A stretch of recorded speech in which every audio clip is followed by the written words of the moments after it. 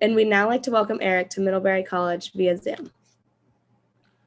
Thank you, Kate, Stephen, and Christopher. Thanks so much. Thanks to everyone for zooming in here. A big thanks to Middlebury and the Humanities Council for having me. I really wanted this to be an in-person event, and this maddening pandemic, of course, and the Delta variant had other ideas, so it couldn't be in person.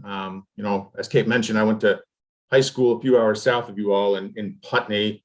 I have a lot of friends back in Vermont I haven't seen in ages, so I was really looking forward to coming out there. But hopefully someday, maybe Middlebury and the council will have me back in person in a post-COVID era, and there will be a post-COVID era. Just not sure when that's going to be. So I want to talk to you today about bigger fires, hotter days, and drier lands in California and the West. To paraphrase former Governor Jerry Brown, it really is the new abnormal. Mega fires, excessive heat, and widening drought, they're all combining to sort of punch the Western US right in the face. And all three underscore how climate change is fueling what I call the routinization of extreme weather. California and big parts of the West have experienced 6 straight years of almost nightmarish wildfires and fire-related events. Tragedies coinciding with and worsening a record mega drought across the region. Almost everyone's impacted by these changes. Climate scientists warned us about a long time ago. Farmers are hurting. People who live in and around fire zones have been devastated. Communities hundreds of miles away from wildfires have been affected, having to breathe smoke-filled air. And scores of people have died, both from excessive heat and these mega fires.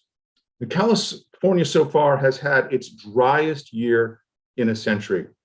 Looking outside my window now, and there's a little bit of light rain, and it's the first rain in months and months. It will not be a drought buster, but I'll tell you, the firefighters are doing a little bit of dance and popping open some champagne, or more likely a bottle of IPA, because we really, really needed the rain.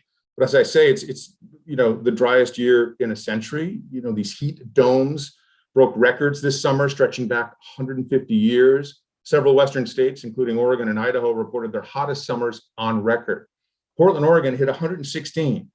As State of Oregon climatologist Larry O'Neill told NPR, this summer, we're getting clarity on the question of just how bad climate change can get. And it truly was a heck of a summer. This body blow of climate-fueled troubles has consequences, not just for those who live in the Western US, those who love to recreate or vacation out here as well and enjoy the environment. All of us clearly are affected. There are consequences for all of us, and I'll talk about that toward the end of the talk. But first, the overview, wildfires. One could take this sort of historically reductionistic view and say, look, wildfire, drought, they've always been part of the Western landscape, always been part of California. And there always have been periods of intense fire and drought. And I would agree wildfires play a vital role, of course, in rejuvenating the forest ecosystem. Fire and drought have helped forge what the West is today. But I'm here to tell you today, this cycle of fire, heat, and drought is different. It's alarmingly different. And to me, it's frighteningly different. California has basically felt under attack in recent years from climate-fueled megafires that are burning with greater speed, ferocity, and intensity than at any time on record. Here's some facts for you. 15 of the 20 most destructive wildfires in California's modern history have all occurred since 2015. California's kept pretty good records since the early 30s. Let me emphasize again, 15 of the 20 most destructive fires have happened in the last 6 years alone. That's according to the California Department of Forestry and Fire, better known out here as CAL FIRE. It's not an agency given to hyperbole. 9 of the 20 largest fires in state history have burned since 2020. In fact, 6 of the 7 largest wildfires in California history have burned in the last year alone. 6 of the 7 biggest, just in the last year. You have to think about that for a second, how those the last decade and currently the last 6 years have been, what they've been like. Every year, these fires get bigger, they get stronger. I covered the Thomas Fire in Southern California in 2017, and it burned into early 2018. It burned about 280,000 acres, destroyed 1,200 structures, and damaged hundreds of others. Back then, it was the largest wildfire in modern California history. Today, the Thomas Fire is currently the 8th largest. Oh, just the 8th, from 1st to 8th in a few short years. To me, it's kind of incredible. I've covered a lot of these fires. And, the firefighters and fire leaders and fire ecologists you talk to all say, look, this is unprecedented. The proportions are out of whack. Firefighters used to get, a big fire, say something more than 100 or 150,000 acres, maybe once in their career. But these days, the wildland firefighters you talk to, they're seeing 200 and 300,000 acres fires regularly. And they're seeing fires that burn 1 million acres, something they really didn't think they would ever see in their lifetime. I mean, take the August complex fire. As the name suggests, it was in August of 2020. It burned more than 1 million acres. This year's Dixie Fire burned in July, August, and September. It torched just shy of 1 million acres at 964,000. I mean, you talk to firefighters, say, we never thought we'd be seeing these size blazes, certainly not almost every year. And this summer, 2 blazes I helped cover, along with a bunch of other colleagues, the Caldor and Dixie fires, they were the only 2 in recorded California history to span the Sierra mountain range from east to west, from one side of the Sierra to the other. The head of CAL FIRE, Tom Porter, he's a 30-year veteran of fire and forestry issues. He seemed taken aback by those facts, telling a press gathering I was at, we need to be cognizant that there's fire activity happening here we have never seen before, end quote. Of course, it's not just California, the nation's most populous state and de facto breadbasket for the nation. Oregon this year saw the Bootleg Fire burn more than 400,000 acres, the 3rd largest fire in that state's history. The Federal National Interagency Fire Center notes that in 2010, America saw just over 3 million acres burn. Last year, fires burned more than 10 million acres. And you probably missed this fact, but I think it's kind of telling about the American West's wildfire problem in the age of a warming climate. But that Federal Fire Agency Center I mentioned, this summer, they put the nation on level 5. It's its highest level of wildfire preparedness from early July till last month. Now, level 5 means all of the nation's firefighting resources, personnel, equipment, planes, and trucks were maxed out. So this summer, the agency also tapped the Pentagon to help with 200 active duty US Army soldiers to fight the blazes. It wasn't the first time all firefighting resources were tapped out, but it was the first time in a long time that it was for this long a period. And it's quite striking, and I'm not sure a lot of Americans realize that.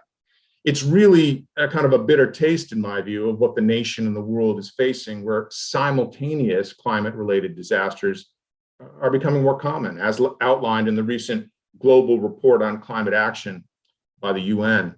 We're now facing multiple threats at once: drought, wildfires, hurricanes, torrential rains that produce potentially devastating flooding, all being supercharged by a warming climate. Veteran federal and state emergency management people you talk to, they'll say, look, in the past, maybe we had a major disaster every 4 or 5 years. Now we're getting multiple disasters in 1 year, every year. How do we get here? I think in the West, when it comes to these mega fires, it's not simply that more people are living and building in these zones where wilderness meets suburbia and development, the so-called wildland urban interface, or WUI, as experts like to call it. It's in fact, that's a factor, and we can talk about it in the Q&A. Are there places that maybe they shouldn't be rebuilt, after a fire? But the bigger driver, I think, is we're reaping the harvest of climate change and this 120-year policy of putting out most every fire. I mean, Smokey the Bear taught generations of Americans fire was bad. Fire was the enemy. Only you can stop forest fires. I mean, we got to admit, it was a dumb policy, and it lasted a really long time. Why it lasted so long is something we can debate and discuss, but it was too long. I mean, decade after decade, aggressively putting out most every fire for more than a century, that's made vegetation in California and big parts of the West much denser and far more fire prone than ecosystems adapted to those natural cycles of wildfire that we need. We know fires are regenerative and vital to forest health, but when we snuff out every blaze, that's going to leave a lot of fuel unburned, and over 100 years, that builds up to dangerous levels. And these mega fires now burning in the West, that's burning through decades worth of built up fuels.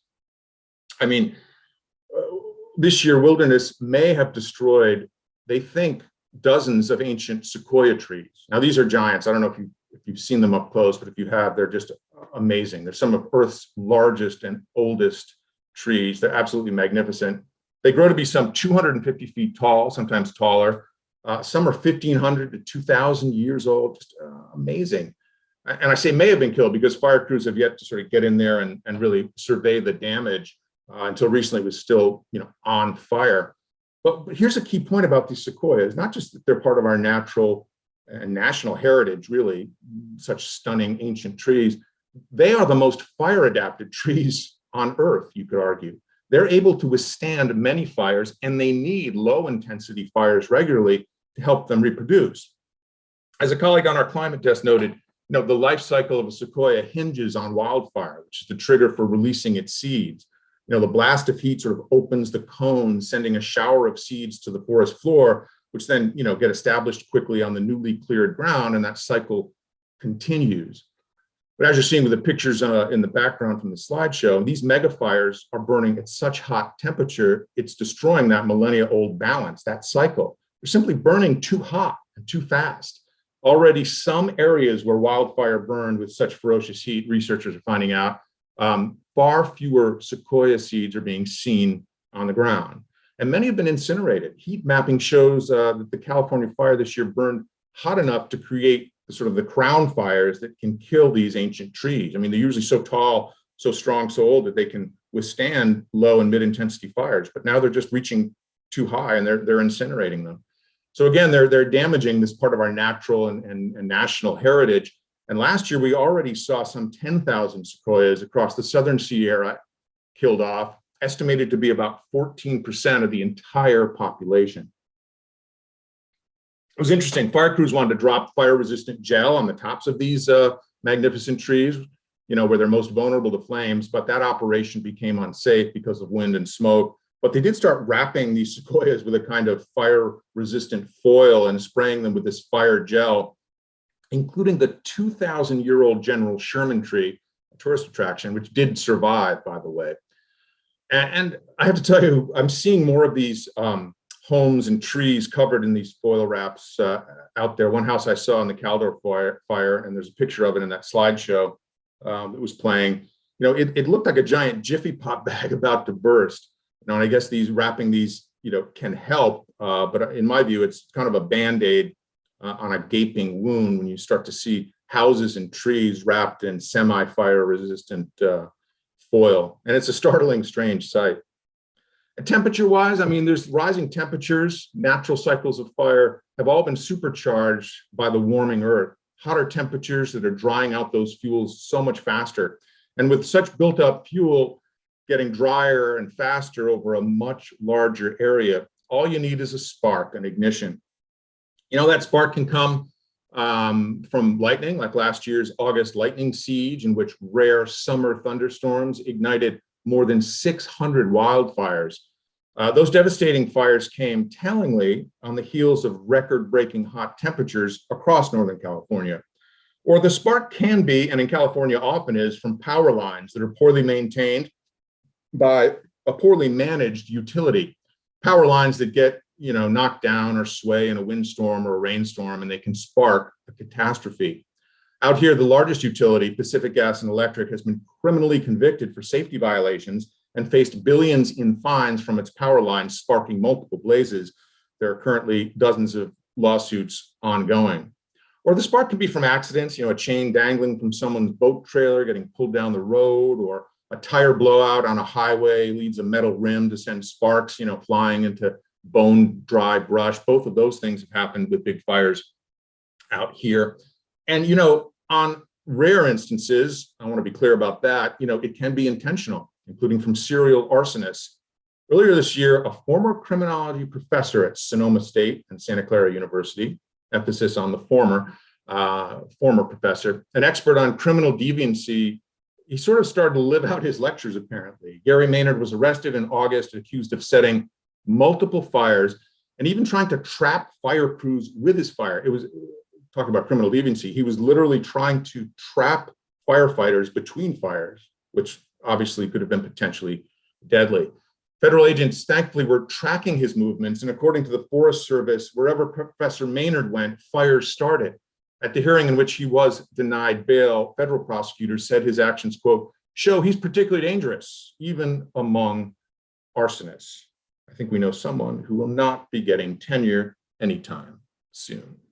But whatever the spark is, we've all clearly contributed to this increased wildfire risk by contributing to the greenhouse, emissions warming our climate, especially when we drive and fly and use energy. Remember, combined, the electricity and transportation sectors account for 54% of greenhouse gas emissions, according to the EPA. If you add in fossil fuel burning emissions from homes and businesses, the total jumps to 67%. The rest comes from industry and agriculture.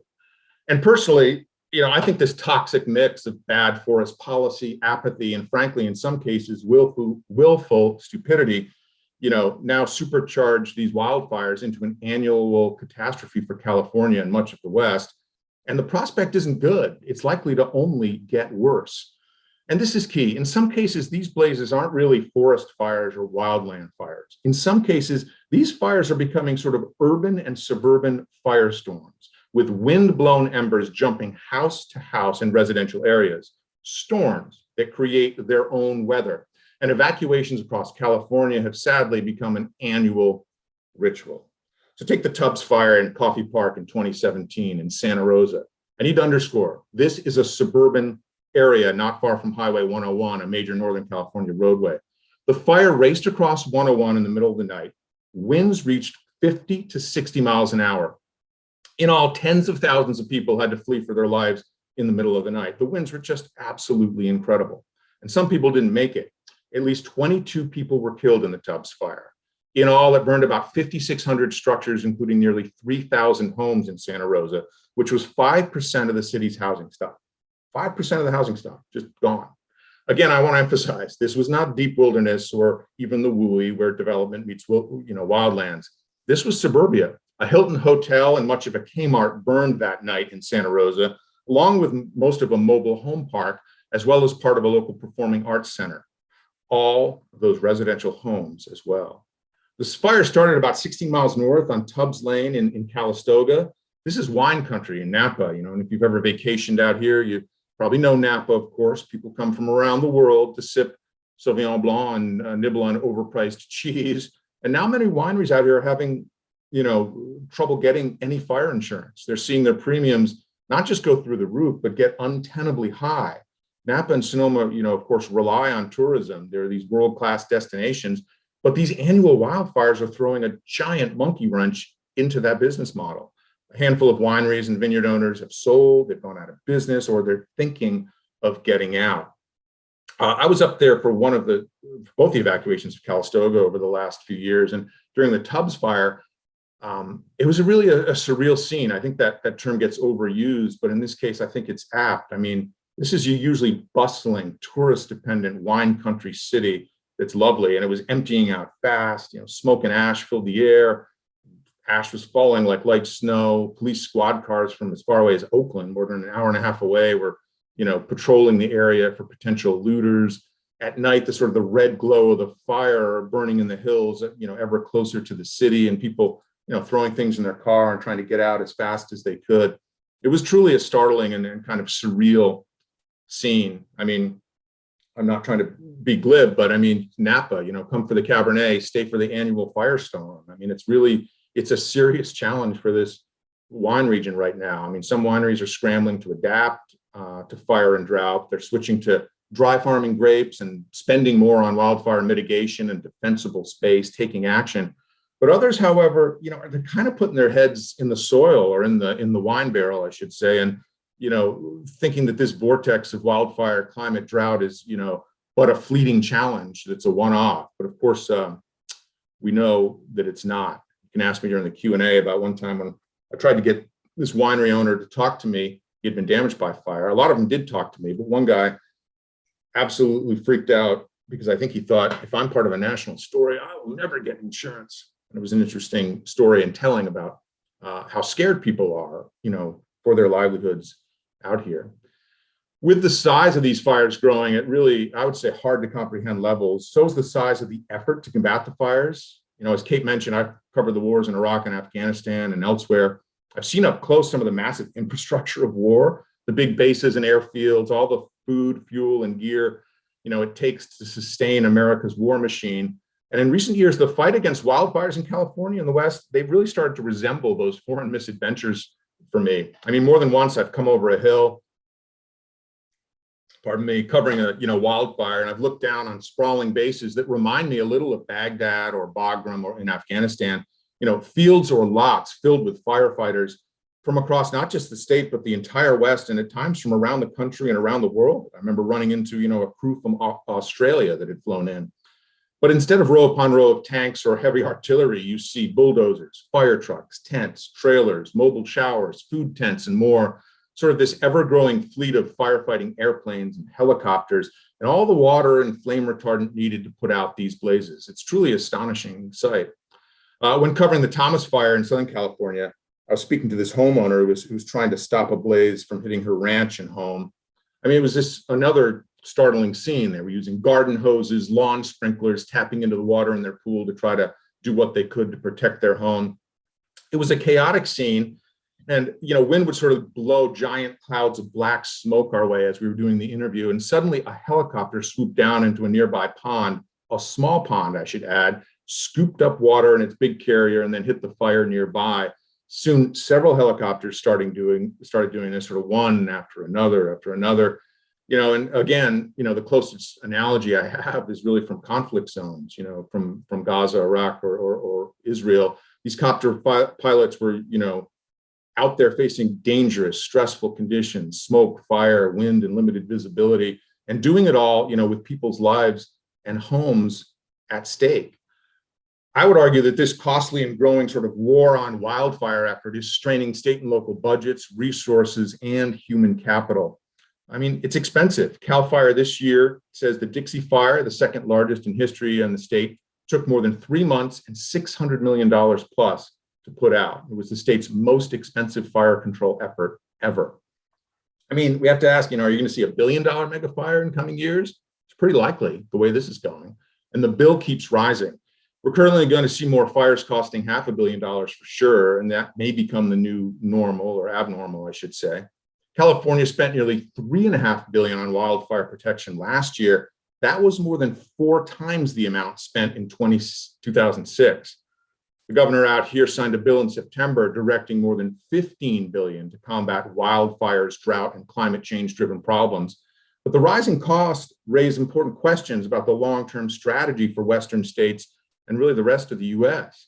When covering the Caldor Fire last month, as the blaze moved dangerously close to South Lake Tahoe, another iconic vacation and tourist spot like Calistoga and wine country, I spoke with a lot of firefighters who've been scrambling really all summer, moving from one mega fire to the next. Oh, we were just at the Bootleg Fire in Oregon, one told me. Oh yeah, now we jumped to the Dixie Fire, now the Caldor.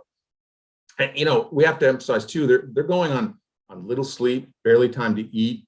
They work insanely long days in incredibly difficult conditions and tough, steep terrain. One crew chief we talked to out there on the Caldor Fire said, I have to remind my guys, pace themselves, take a break, take a nap. This is a marathon. You can't keep pushing yourself so hard. And as we've seen during the pandemic, job stress and burnout are having a devastating impact on the workforce. And wildland firefighters, as you can imagine, have among the toughest, most difficult jobs. And you have to ask, is this marathon, this level of firefighting cost in dollars and human effort, is it sustainable? And I would argue, and many involved in the efforts would say it clearly is not. The last 2 years, just as these fires were getting more intense and challenging, the pandemic struck, adding yet another layer of complexity to the firefighting effort. Some firefighters had to stay home because somebody might have gotten sick or they fell ill. The firefighting staging areas had to institute new protocols for the pandemic. And importantly, prison inmate fire crews, which is an interesting and key part of California's wildfire protection strategy, they were severely cut back because of COVID-19 and the health and safety concerns. So the fire season out here is not just getting longer, it's becoming almost year round. In 2018, the Camp Fire started November 8th. That's just a couple of weeks before Thanksgiving. It was fed by wind and drought and big dry trees in and around the homes, where the town of Paradise became a kind of horror show. The fire raced up this valley outside of Chico and tore through the community of Concow in the small town of Paradise in the Sierra foothills. This is the one you'll recall 85 people were killed, the deadliest in California history. Many were older, lower income folks who simply couldn't get away fast enough. There was just one main road really in and out, and this lovely town became a kind of death trap. 85 dead, and at least 18 others, including some firefighters, were injured. Some 19,000 structures were destroyed or incinerated. When I first entered this zone, and journalists were really among the first after firefighters and police to see the destruction of Paradise up close, it was truly shocking and heartbreaking. I mean, Paradise looked like a World War II city bombed into oblivion. I remember driving around these areas where, neighborhoods once stood, and really all that remained were brick chimneys and burnt hulls of cars. Ash, littered the landscape. And, I don't like to use the term apocalyptic lightly, but it really was startling. Along the main business district, giant metal and plastic signs were melted, twisted, and downed. I remember a fast food restaurant, I think it was a Burger King. It looked like a child had taken a giant lighter to a plastic model and just melted it into a pile. And then very occasionally, this is just an interesting phenomenon for me that I don't totally understand. You come across a home that looks totally untouched. Even the landscaping around some of these houses looked unaffected. It was stunning. I mean, the wind shifted at the right moment, maybe, or their driveway was in the right spot, or they had the perfect amount of defensible space. I really don't know. But, it looked kind of like a giant had placed, this immaculate home perfectly intact down onto a burned out and desolate landscape. You just ask yourself, why? Why did that house survive? So I've tried to make the case that the impact of these drought and climate-fueled fires is massive. It's financial, it's human, and of course, it's ecological. And we know that for participants, wars and armed conflicts don't just end when the fighting stops. It's the same with these megafires and extreme heat. The trauma's still there after the smoke is gone, lost homes, lost wages, a lost sense of safety, and a lost sense of security. And the long-term impact on health and well-being is very real. Take these recent heat domes we saw this summer that hit Oregon and Washington with unprecedented temperatures. In Oregon, temperatures reached 108, 112, and 116 in Portland over 3 consecutive days in June. The heat wave broke records across the state and broke the city's previous high temperature record of 107. Now think about this a little bit. Portland, Oregon hit 116.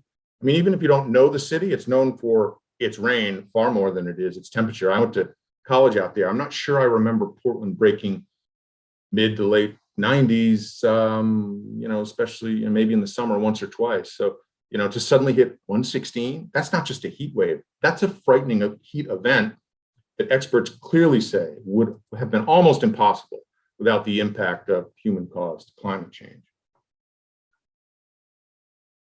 Excuse me. And it was clearly deadly, especially for older and poor folks in the Pacific Northwest, in the same way that the wildfires are disproportionately affecting the poor and the elderly. Officially, anyway, in Oregon and Washington, there were about 100 people dead from the heat wave this summer. But by evaluating the sort of excess deaths, as they say, the number of fatalities above what is typical for a given period or time, media outlets reported that there were likely some 600 or more deaths in Oregon and Washington from heat-related illness. Far, far higher than the official reports. Just yesterday, I reported on what investigators believe was an extreme heat. They'd killed a Northern California family of 3 that was taking a hike this August. It was a sad and tragic tale of a mom, a dad, and a baby girl, and the family dog. All of them died on the trail, the sheriff says, from a combination of heat exposure and dehydration. Temperatures hit 109 where they were hiking. It was a steep trail. They probably didn't have enough water with them. Maybe they were a little in over their heads given the terrain. But here's a young family wiped out by heat, and it's happening more. Extreme heat is changing, is altering, I think, in real time, our relationship with wilderness and changing how we interact with nature. I mean, I try to backpack as much as I can, and on a trip in Northern California this summer with friends, I would say we spent far more time looking at wildfire, wind, and weather forecasts than we did about any other aspect of the trip. I mean, we were worried about getting caught by smoke, fire, or dangerous heat, and that really is the new abnormal out here. Some community and climate activists are, now calling for the National Weather Service to start naming some extreme heat waves like they do hurricanes. And personally, I think it's a pretty good idea. Maybe we'd all take it a little more seriously or prepare for it better, or the public would take it more seriously if we were like, hey, heat wave Dave is barreling toward the Pacific Northwest. I mean, why not try it? Why not, maybe naming them will help people take them more seriously.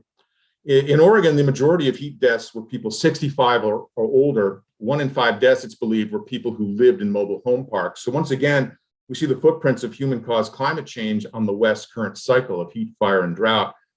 Some experts like to say, look, it's going to take a long time. We have to figure this out with a lot of hard scientific work and study and reports in order to try to be statistically correct and link these events with climate change, to make this link and that connection. But climate and fire scientists I've talked to say, look, the picture is pretty clear. There's some obvious human fingerprints on the extreme heat and its related events. As climate scientist Daniel Swain at UCLA put it to me in one of my stories recently, when it comes to record-breaking heat waves, he said, the study has been run for event after event, in region after region after region, in year after year. Climate change is making these events far worse, end quote. And California's Governor Gavin Newsom made some of what I would say was his toughest comments on the topic when visiting firefighters at a mega fire last summer.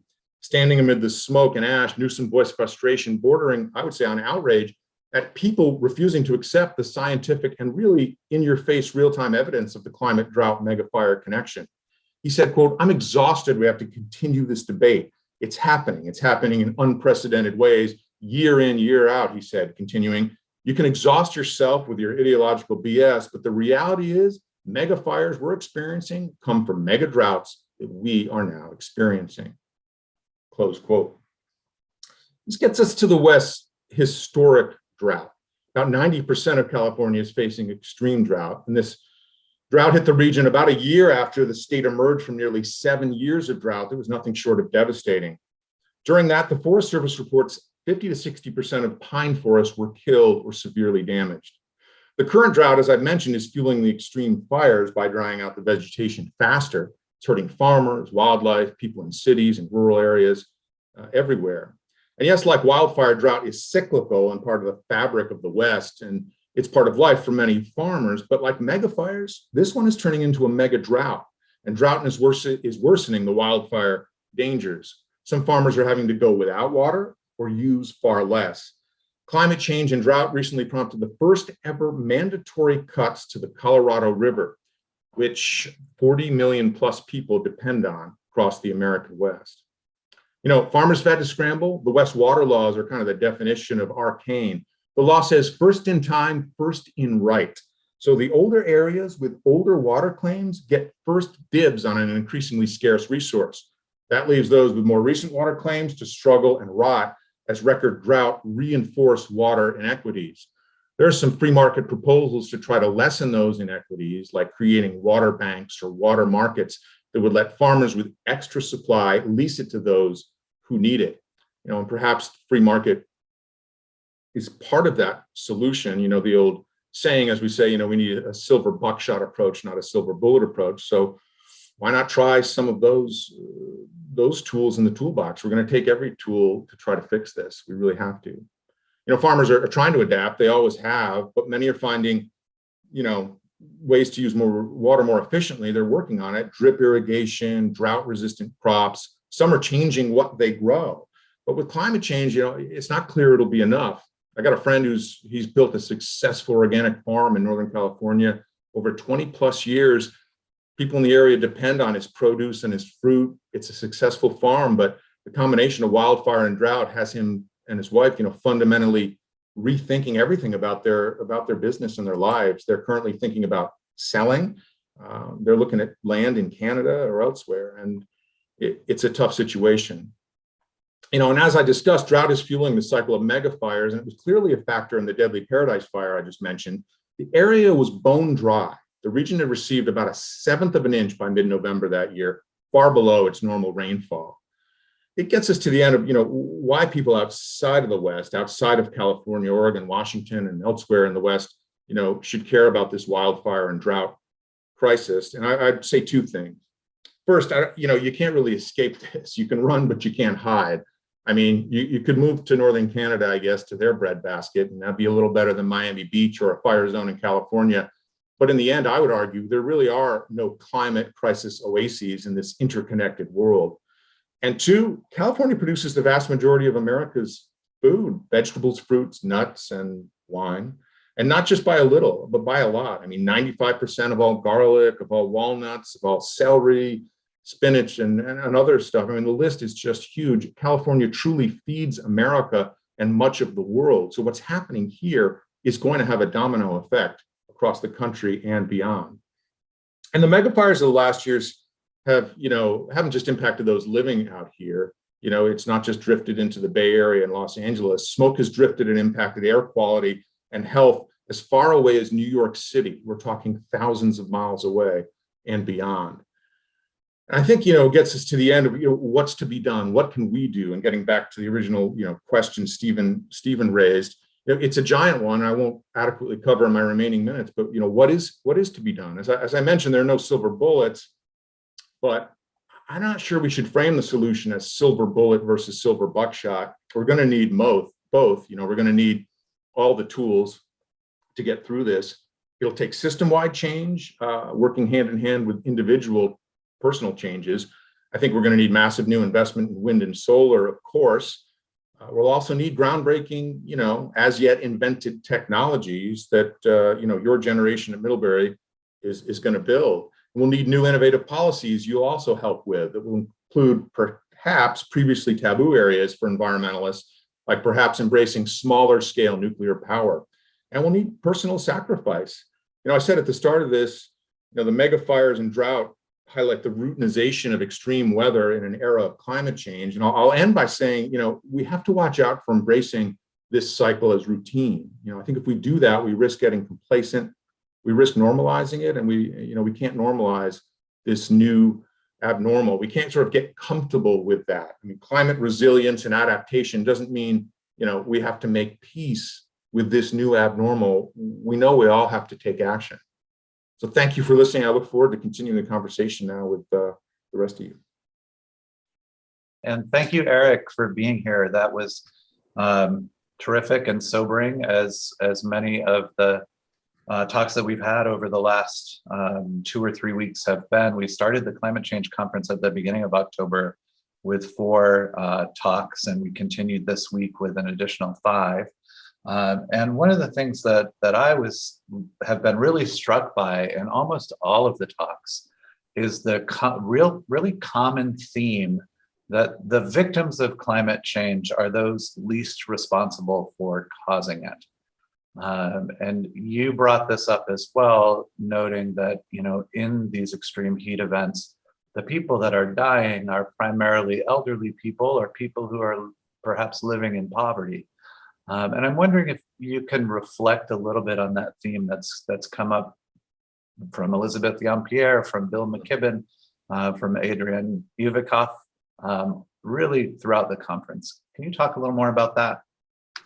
Sure. Just from maybe my own personal viewpoint, it is something I keep running into as a reporter out in the field. As I mentioned, both the Paradise Fire, these heat domes, when you're going to report on it, and the people at shelters fleeing fire and heat, they're among the most vulnerable.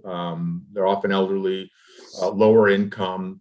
I remember one time I was talking to an older woman. I think she was in her 80s. She had fled Paradise and gotten out just barely alive. She was shaken. She was traumatized.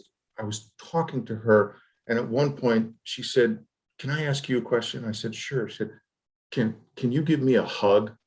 And normally I might say, my interviewees, I don't hug.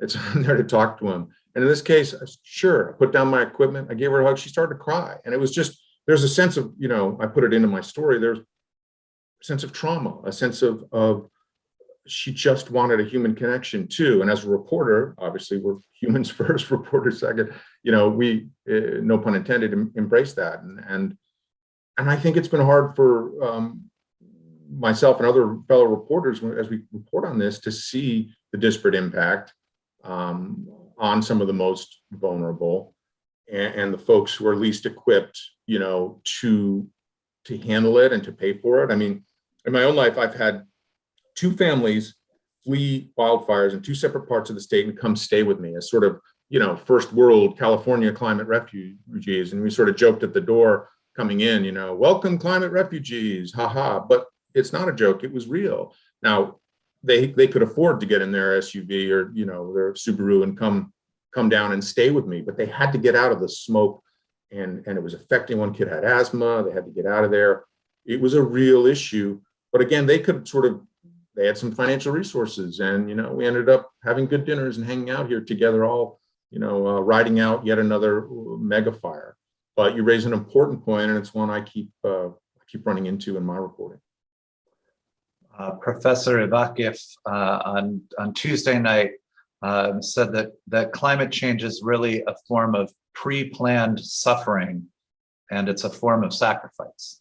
And I found that to be a really moving way of thinking about climate change as pre-planned suffering and a form of sacrifice. He talked about pre-traumatic stress disorder for those who are beginning to experience the effects of climate change, as well as conspicuously and continuously traumatic stress disorder for those who have experienced environmental distress over generations. Yeah. Well, as someone I just would add briefly, you know, I've covered conflicts, and, you know, maybe it says more about my own history and background than anything else, but I keep coming back to this analogy that I touched on in my talk, and that, you know, you start to see both the trauma and the deployment to fight this as kind of a warlike, and you're seeing the after effects, as with refugees in war and conflict zones. The after effects are profound, and they're starting to ripple throughout society. There's a few questions in the chat, so I want to get to those. But first, I want to say your Smokey the Bear imitation is stellar. Thank you for that. And here's a question that references that. I'm here every Friday. From Kate. She asks, how central do you think a cultural shift is in finding solutions to the extreme fires? You use the rhetoric of Smokey the Bear as an example.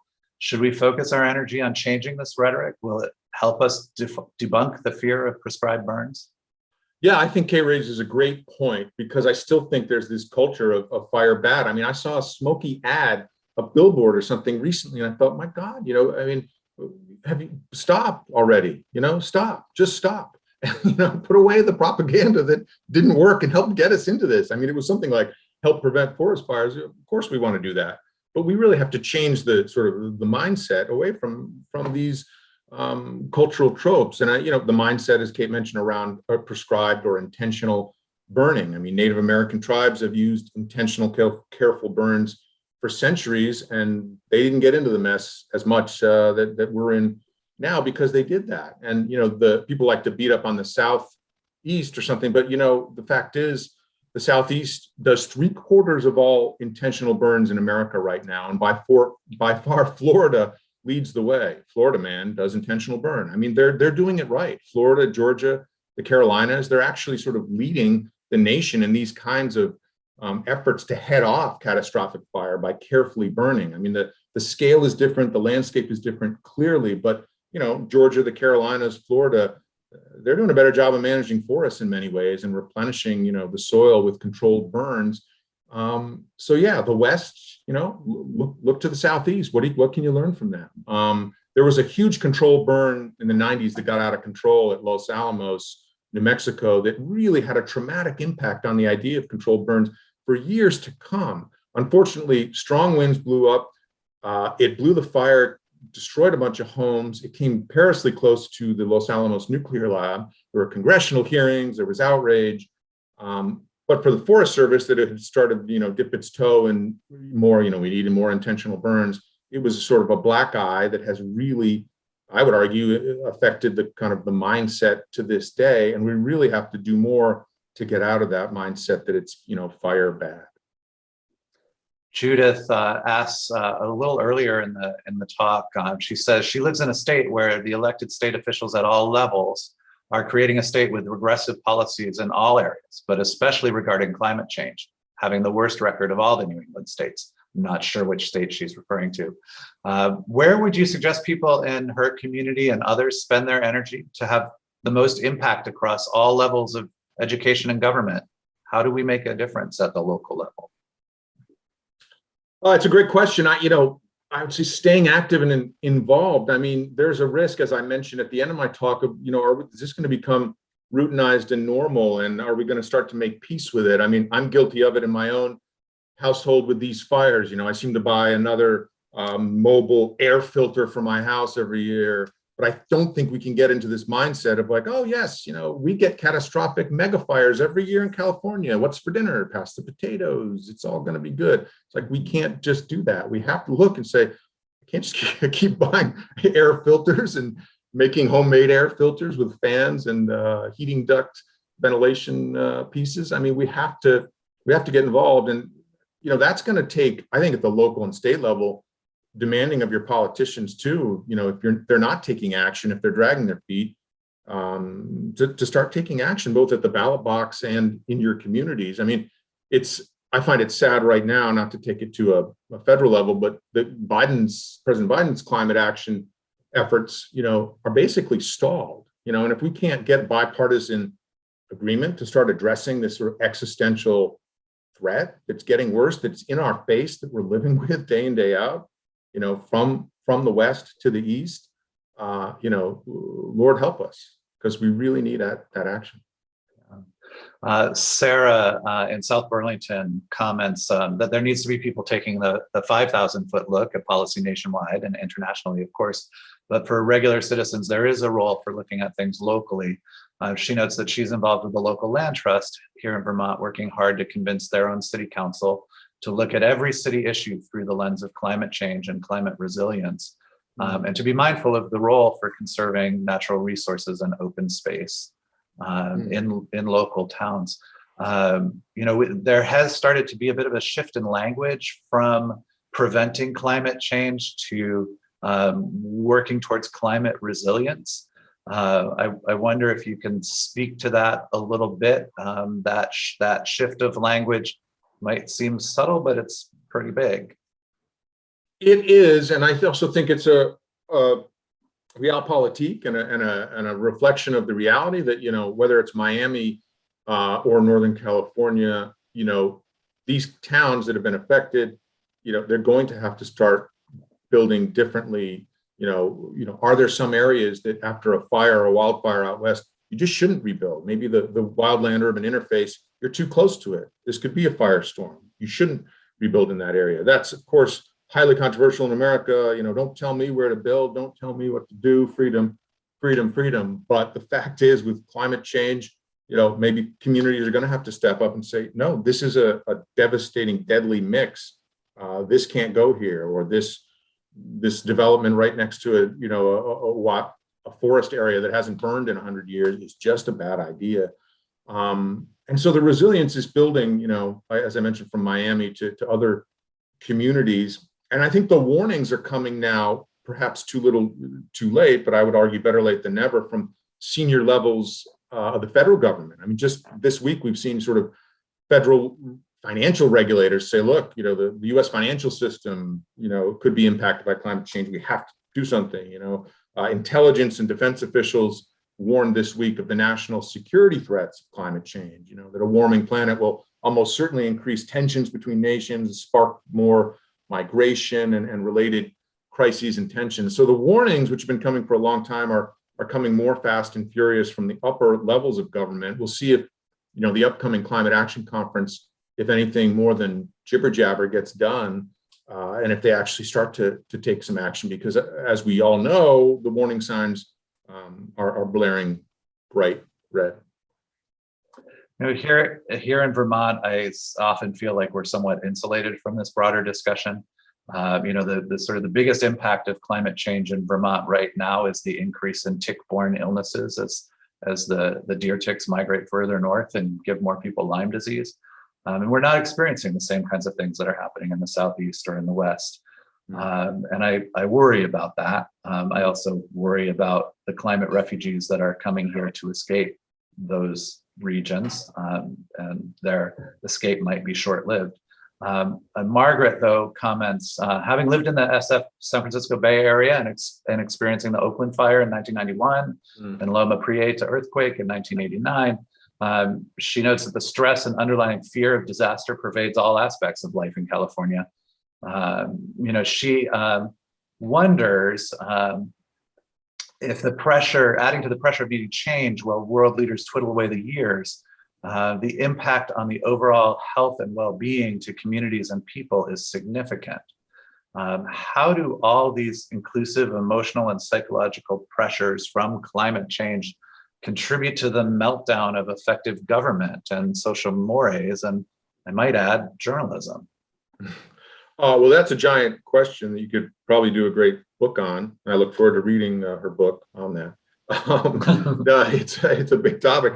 I mean, well, the meltdown of effective government and social mores. I mean, it is a huge challenge, and I think in California there's this compact, right? People who live here, we love the weather, we love the outdoors, this and that, and you can get earthquakes and that you can get wildfires. But in the last 7 years, the equation has gone from seismic retrofit your home and get a rebate from your county to do it. And oh, by the way, once in a while, there might be a catastrophic fire. I mean, every year we are getting deadly catastrophic wildfires, as I clearly outlined. So I think the compact has changed, whether it's the sequoia trees I mentioned, these ancient, beautiful trees, to how we live and how we manage our daily lives, it's getting affected. And you make an interesting point about, the bubble of New England. I mean, you guys have it great up there because you're not experiencing the sort of in your face, wake up and smell the fire smoke that the rest of the country, or the West is, or the hurricanes and rising seas that other parts are. I would argue maybe the most I've seen in New England is my sister lives in outer Cape Cod, and suddenly the sharks, with warmer waters, are out there attacking surfers and others and chomping away, and that's a huge change. Beaches I went to as a kid with my dad, that were safe to swim in, are now giant signs, great white sharks, beware, stay away. But that's the most I've personally seen, just from my own family experience that lives in New England and Massachusetts. But it is a huge issue. And I know a couple of people who, packed up and moved to Maine, and they're sort of, probably coming to a New England state near you. People are looking to Vermont, New Hampshire, and Maine and saying, you guys may have better government than we have here. The climate change crisis, hasn't affected you guys as much. But, I would argue it's kind of an illusion to argue there are climate oases. There certainly are places that are better than others, no doubt, that aren't getting punched in the face as hard. But at the end of the day, I think we're all going to take some body blows. We have to be careful of that. And I should add that Linda points out in the chat that it's not just the ticks, of course, in Vermont, that Vermont rivers and especially sugar maple trees are being impacted deeply by drought-like conditions. Are they? It might not be the same kind of drought that you're experiencing in California, but there is certainly a lack of water here as well. Yeah, I didn't know that. Yeah. And of course, those sugar maple trees are a huge industry for Vermont. I want to loop back around, and if this is the last couple of minutes, so if you have other questions, get them in the chat now. But I do want to, I think, ask again directly, what role do you see for journalism and journalists in this battle against climate change, and how is journalism today helping or not in making these changes that we need to make?